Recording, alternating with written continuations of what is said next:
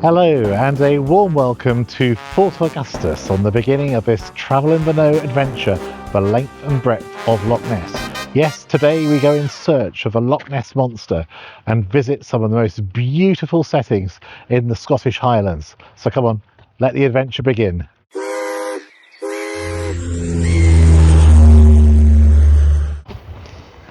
One advantage today is that the weather is pretty good as well, and the views are fantastic, even here just at the beginning of Loch Ness, or the end, I suppose, depending which way you look at it. This is the very point where the Caledonian Canal joins with Loch Ness here in Fort Augustus and goes all the way up to Inverness, past beautiful castles, sightings of Nessie and waterfalls. So all in all, it makes for a beautiful outing, particularly when the weather's this good. Mind you, I wouldn't mind being out on that boat, would you? We're so fortunate today as we also seem to have pretty unobstructed visibility. That doesn't happen every day. There are so many ways to explore Loch Ness. You can go on a guided tour, or you can also take a boat trip from here, Fort Augustus, along the loch, which must be absolutely spectacular. But the most practical manner is to go by car, and that's what I'm going to do. And that's going to enable us to discover castles, waterfalls, drive both sides of the loch, west and east. And who knows, if we're lucky, also have a sighting of the Loch Ness Monster. You never ever know. That's Loch Ness, and as we turn around, we're now meeting the Caledonian Canal. Isn't that just gorgeous? And on such a wonderful day. Fort Augustus is only a small village, around about 700 or 800 inhabitants, but in the summer it gets really busy with visitors. There are huge car parks, virtually all of them full to the brim, but it's so charming. This has just got a lovely Scottish feel. You can possibly hear the bagpipes in the background, and then look at this as well. This is an amazing system of locks that operates between Loch Ness and the Caledonian Canal. As you wander up and down the 5 locks, there's a smell of salt and vinegar fish and chips. There seem to be lots of small fish and chip shops here at the heart of Fort Augustus. Another factoid that surprised me about Fort Augustus, although it seems obvious on a day like this, we're in August, it must be 24 degrees, 25 degrees. I think it's the beginning of a short mid-August heat wave. But you know, we're in Scotland, and this really surprised me. And that is that you've got low-lying topography here, and it can occasionally give rise to warmer temperatures. And extraordinarily, Fort Augustus, quite northerly in Scotland, actually held the United Kingdom's daily high temperature record for the 16th of December for almost 80 years.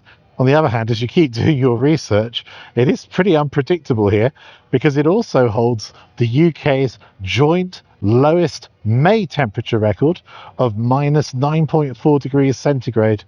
The views here are awe-inspiring, and this is just the beginning. And here we are now at the old bridge of Inverness, and this bridge was actually one of nearly 1,000 built by the very famous Thomas Telford in the early 1800s as part of a plan to improve Highland communications. This plan also included the Caledonian Canal, which was built between 1803 and 1823. And the absence of bridges had been a great weakness of transportation systems throughout the Highlands. So this was a huge improvement to the previous military road from Inverness to Fort Augustus. Sites like the bridge and waterfalls are reminders why you shouldn't just zoom along the road. You're not supposed to anyhow, it's not that fast a road. But there are so many beautiful, charming sights, both of nature and also man-made structures, that if you just drive too fast, you're going to miss. And believe me, it's all part of the Loch Ness experience. Now, one of the other things I've noticed in the Highlands generally throughout my journey in Scotland is that loads of car parks are simply unable to cope with the demand, and as a result you can't actually park anywhere near the attraction you're going. And that's happened again on Loch Ness with the Urquhart Castle, not sure how to pronounce it, never am. One of the major sites on Loch Ness, and basically today you can only park there if you pre-book your tickets to actually visit the castle. So there's a warning: if you want to visit the castle, make sure that you book in advance, certainly in high season. Otherwise you have to do what I do, which is drive about a mile down the road and park in a remote parking spot costing £6.50. Mind you, it's certainly a lovely walk. And look at the sheep. As I try and pack so much in to travel in the know, these entrance fees for the castle are pretty expensive as part of my overall budget. Do you know what? I'm not going to actually buy them because the walk from the distant car park afforded such fantastic views on the castle. It seems to me unnecessary to go down there, scramble over the rocks, see no doubt excellent exhibitions. I think I'll save the money for something else to show you on Travel in the Know. The castle ruins behind me, the Urquhart Castle, is impressive enough and in a beautiful setting, but you probably wouldn't expect it to have once been the greatest and largest castle in all of Scotland, and yet it was. Over 500 years it saw so many battles back and forth between the English and the Scots, and the Lords of the Isles regularly raided both the castle and the glen up until the 1500s.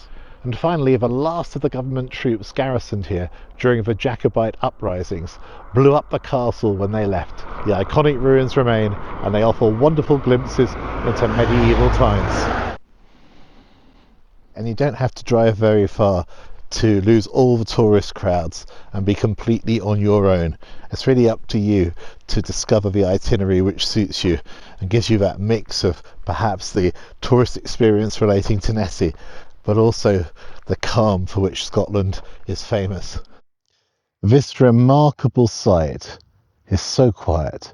You can just hear the birdsong, just as it was undoubtedly 4,000 years ago, because this cairn burial site dates back to the Bronze Ages and is believed to have been the resting place of a young woman. Archaeologists looking deep inside have found hints of forgotten rituals inside the tomb, layers of stamped down sand, charcoal, and traces of what could have been an offering of meat.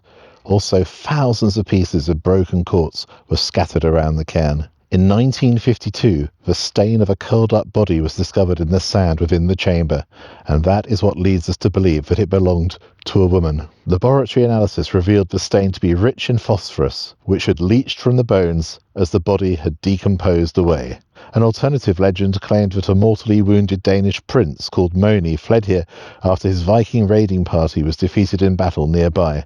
He was supposedly buried here, but clearly recent scientific results show otherwise. Here I am in the village of Drom na Dochit. Drom na Dochit is the centre of the Loch Ness Monster industry. It's full of tourist shops touting mini Nessies, exhorting you to believe in the legend. Kenny, Michelle and Benji, true believers. Now, Kenny, you work here at the Loch Ness Centre, so tell me, why do you believe? So I've worked at the Loch Ness Centre for 7 years, but I've been back and forward to Highlands for over 30 because my partner's from Skye. So I've passed this building thousands of times without even knowing what it was. I got a job here, didn't know nothing about it, and see, once I started hearing the story, like, this was the original hotel where the global story broke out over 93 years ago. So once I started hearing the original stories, guys, just something stuck with me. It just, decent people. Why would they want to make up stories like that there? People were, even still now, I believe people were saying that. Don't believe it was a big dinosaur the way the media portrays it. And the Loch Ness Centre, I'll tell you that. But they were saying something strange that they couldn't explain. Right from the 30s, 40s. And then look at St. Columba back in 565 AD. So do you know what I mean? Yes, you can go, I was one of them people. It's a tourist trap, but it's a very strange body of water. Exciting breaking news. Yep. There has been a sighting this morning. Can you give me more information? Absolutely. So Michelle usually comes up here all the time. She's a local tour guide. And we were talking to yourself, and she just says she had a young client in the car this morning. He actually showed her a picture that he took coming up here. So yet again, I've seen the image. They've seen thousands, and they're very similar to what I was showing this morning. And you agree as well, Michelle? Yeah, definitely. And Benji agrees too? Benji agrees, don't you, Benji? It's unexplainable, guys. You know, it really is. The loch don't lie. But Benji has a book coming out, is that Yep, right? he's going to be having a book coming out in about 3-4 months. And what will the book Him and Nessie. Benji's Highland Taxi Adventures. Fantastic. Steven Spielberg in the making. Yes, absolutely. Absolutely. We look forward to it. So thank you both. No worries, guys. If you don't believe, get yourself up here, because you'll definitely go away believing. Yep. That's for sure. In April 1933, Mrs. Oldie Mackay, who was the manager of this hotel, reported seeing a whale-like fish or a water beast in the loch. And it's that sighting that sparked the birth of a monster media frenzy in the 1930s and went on to create a global legend. So it's really fitting that the most authoritative exhibition about Nessie should be in this building in the modern day. And the centre was actually opened by none other than Sir Ranulph Fiennes, the great explorer. Well, I've just come out of the Loch Ness exhibition and I'm open to the world of possibilities. I'm not a believer, but I'm far less sceptical than when I went in. It really is, by the way, an excellent audio-visual show through lots of different rooms, well decorated with different motifs related to Loch Ness, telling the story in a really serious way, but in a way that's certainly very accessible to kids. In other words, it's not all nonsense. It explains the legend, it explains all the scientific work that's been done. The animation is fantastic, the cinematography great, and also beautifully narrated by David Tennant, also known as Doctor Who.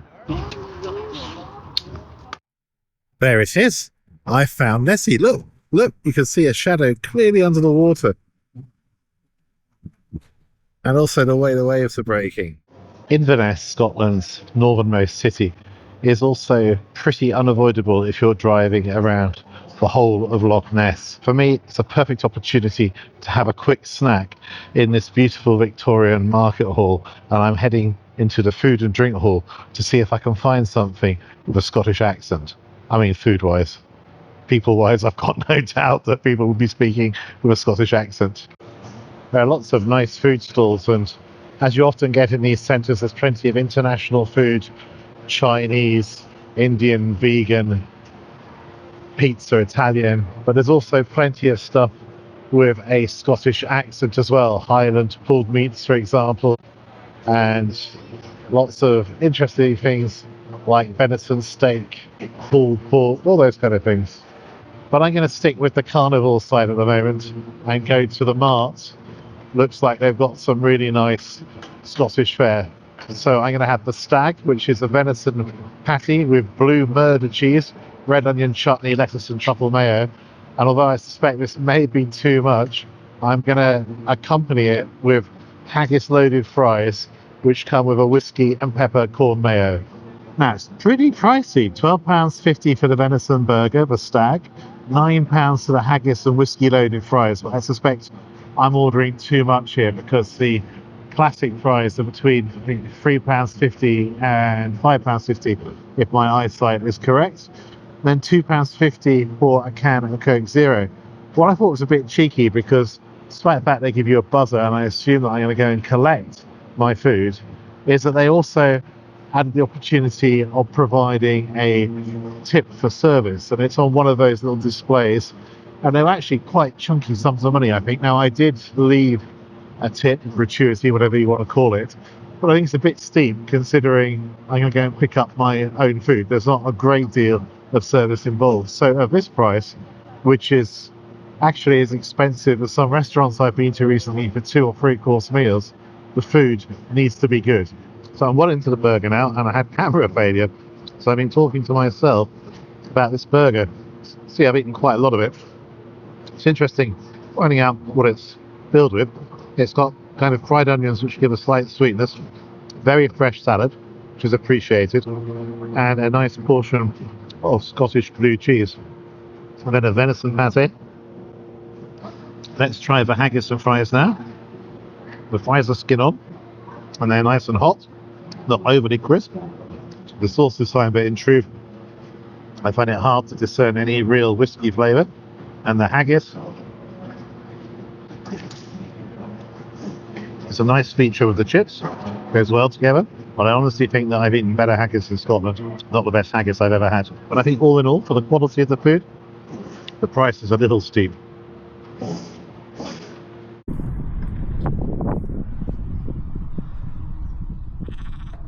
After my snack in Inverness, I decided to drive down the east coast of Loch Ness. The road is a bit smaller, but a lot less traffic, far less tourists, and a very pleasant drive. And I've come to Dores Beach. Yes, who would imagine a beach on Loch Ness? And not only that, there are people swimming. Okay, I reckon it's the warmest day of the year, but it looks glorious, and perhaps I should come back another day with my swimming costumes. Not only that, but this beach is the base of the most famous of all Nessie hunters. Now, unfortunately, he's not happy to speak to me on camera today, a little camera shy, but this is the base from which he scours the whole of Loch Ness with the firm belief that one day he will discover Nessie. Let's hope he does. So if just for one moment there is a monster out there, perhaps it's a misidentification of some type of animal or equally waterborne creature. Suggestions include giant eels, an elephant, seems a bit unlikely, a Greenland shark, catfish or giant catfish, and other resident animals. Also, it could just be a misidentification due to inanimate objects, for example, boat wakes, trees, or optical effects on the water, a little bit like I saw earlier today. One thing's for sure, it remains one of the world's best known unsolved mysteries and clearly causes delight for young children and still a subject of academic discussion for many, many maritime experts. But I'll only ever believe if I actually see Nessie up close. One of the things that's really surprised me today is the number of waterfalls around Loch Ness. I never had the faintest idea that there were so many, and they're all very beautiful and easily accessible. Well, this seems like the perfect place to end this vlog. So if you've enjoyed it, please like the video, subscribe to the channel, why not? And ding that bell for notifications so that you always know where we are in the world and can join us. I'll see you on another adventure very soon. So from the beautiful Highlands of Scotland, goodbye.